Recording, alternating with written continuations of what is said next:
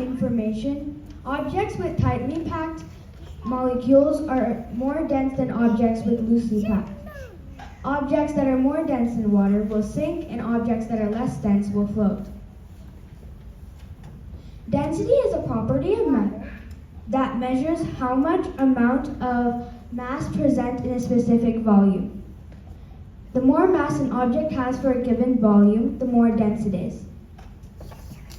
To understand density, we did 6 science experiments. Let's go to our first experiment.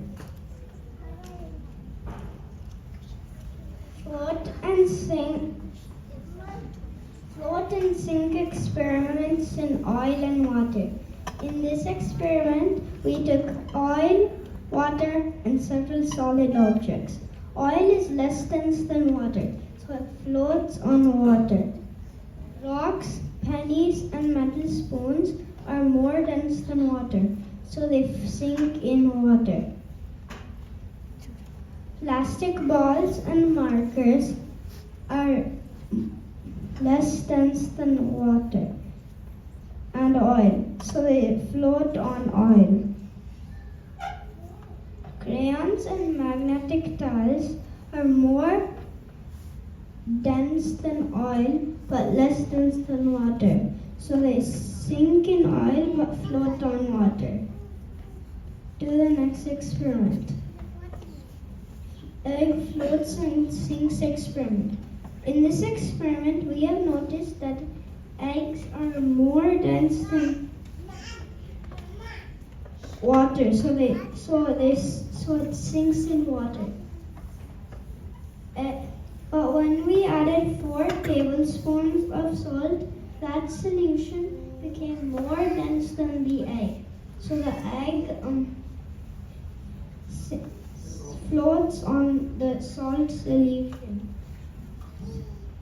Added salt in the water makes the solution more dense than the egg. Do the next experiment. Density column. A density column is a container of liquid stacked in layers because they have different densities.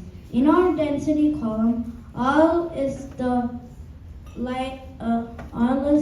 least dense and honey is the most dense liquid.